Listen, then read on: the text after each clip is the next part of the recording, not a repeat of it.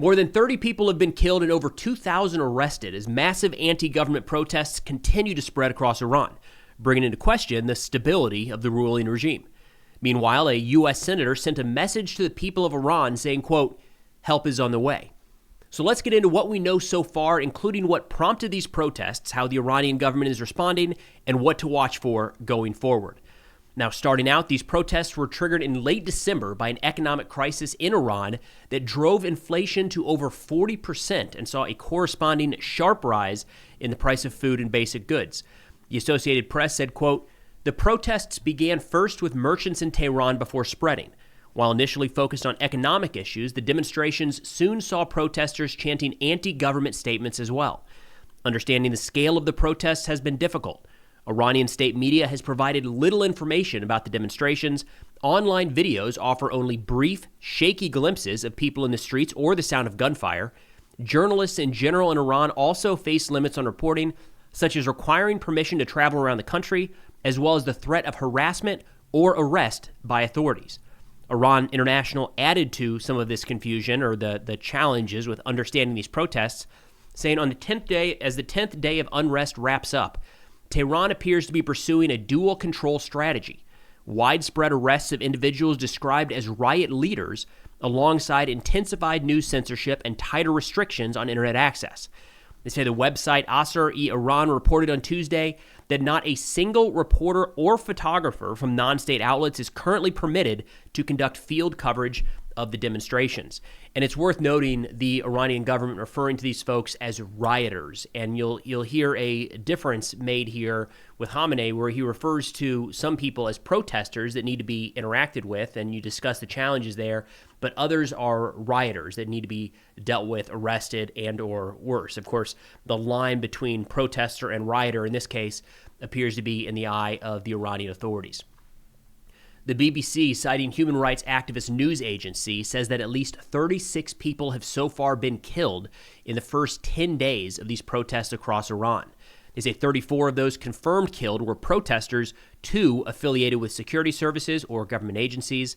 They add that more than 60 have been injured and 2,076 arrested so far, which has already spread the protests, which have already spread to 27 out of 31 Iranian provinces.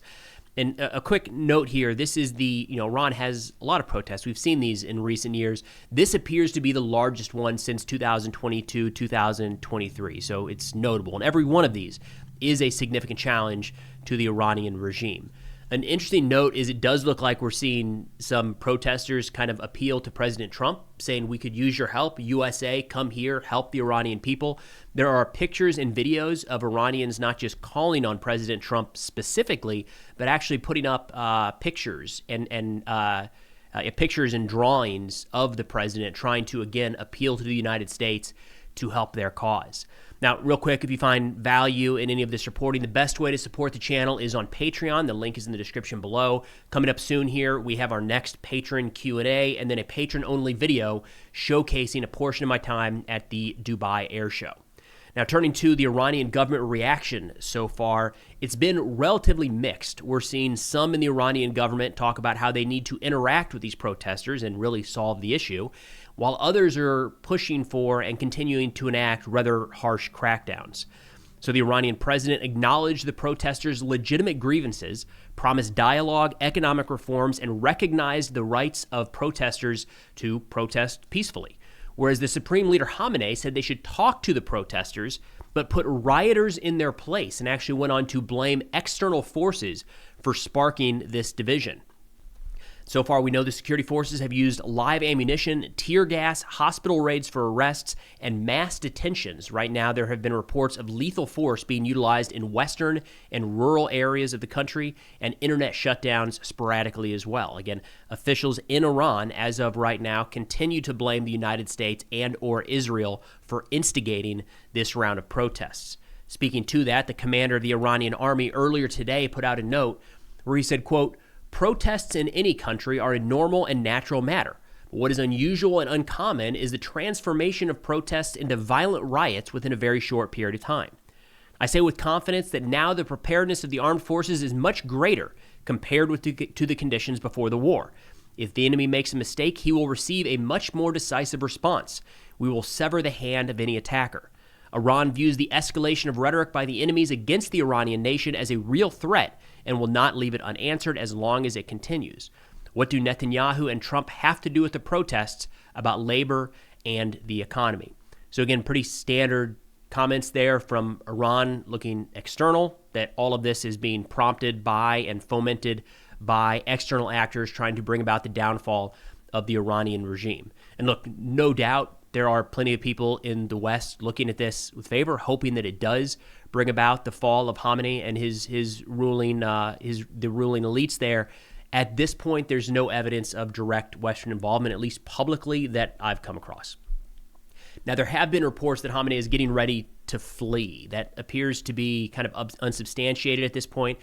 It wouldn't be crazy to view his situation similar to that of Bashar al-Assad, where maybe should the time come where the country is truly falling and starting to see a change in the power dynamics, that maybe he decides to flee to Russia. Like, I wouldn't put that completely out of the realm of possibility, but there have been a couple what look like unsourced reports of that at this point. Again, pure speculation that Khamenei is on the verge of leaving the country. As this sits right now, this is pretty much in line with other protests we've seen in recent years. It's just a matter of how long it continues and how much more it spirals, including the Iranian response.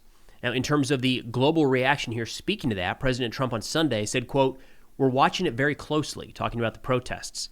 "If they start killing people like they have in the past, I think they're going to get hit very hard by the United States."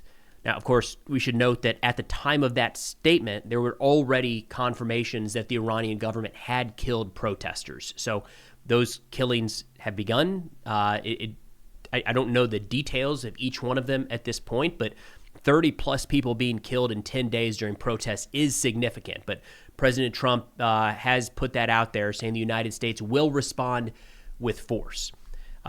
Senator Lindsey Graham actually added to that, further threatening Iran, talking about how this might actually be the time that we see the downfall of the regime. Here's what he has to say. Donald J. Trump is not Barack Obama.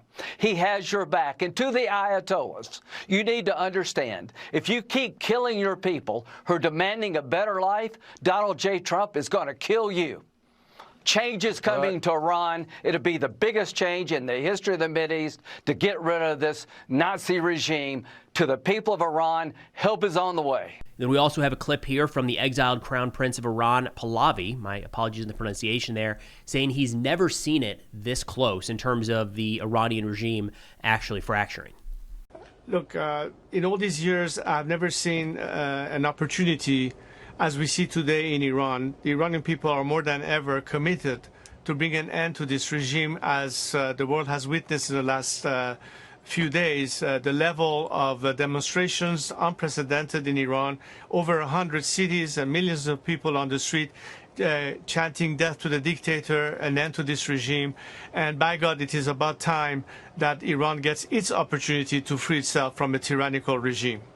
All right, so in terms of what to watch for going forward, of course, any sort of escalation in the deaths or arrests carried out by the security forces across the country, that's going to be something that's going to be on the radar around the world. Internet shutdown. It does seem like there's still internet access in a good portion of Iran, but that is a tool they've utilized in the past. We should expect, if that internet shutdown comes, that would precede a pretty significant crackdown on the protesters. Another one here is how the government responds. So the Iranian government right now has the ability to a degree to affect some of the economic concerns.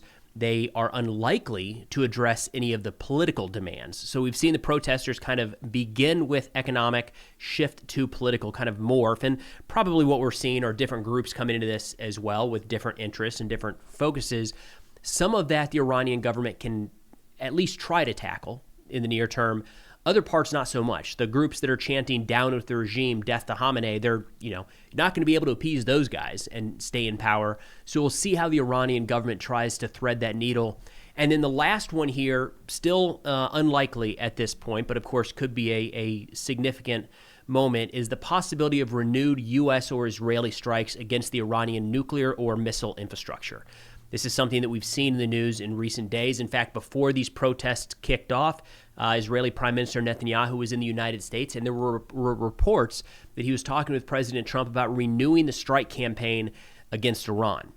It's possible that as these protests are ongoing, it's viewed as a window by the United States and Israel to carry out the next wave of those strikes.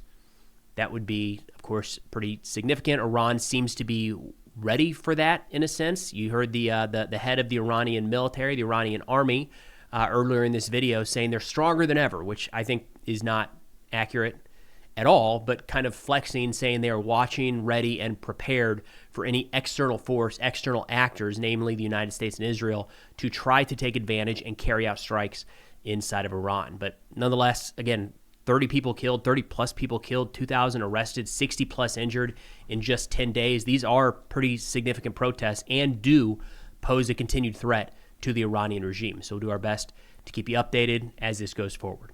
Again, if you find any value in this reporting, the best way to support the channel is on Patreon. That link is in the description below. But that's all we got for now. Thanks for watching, and I'll see y'all next time.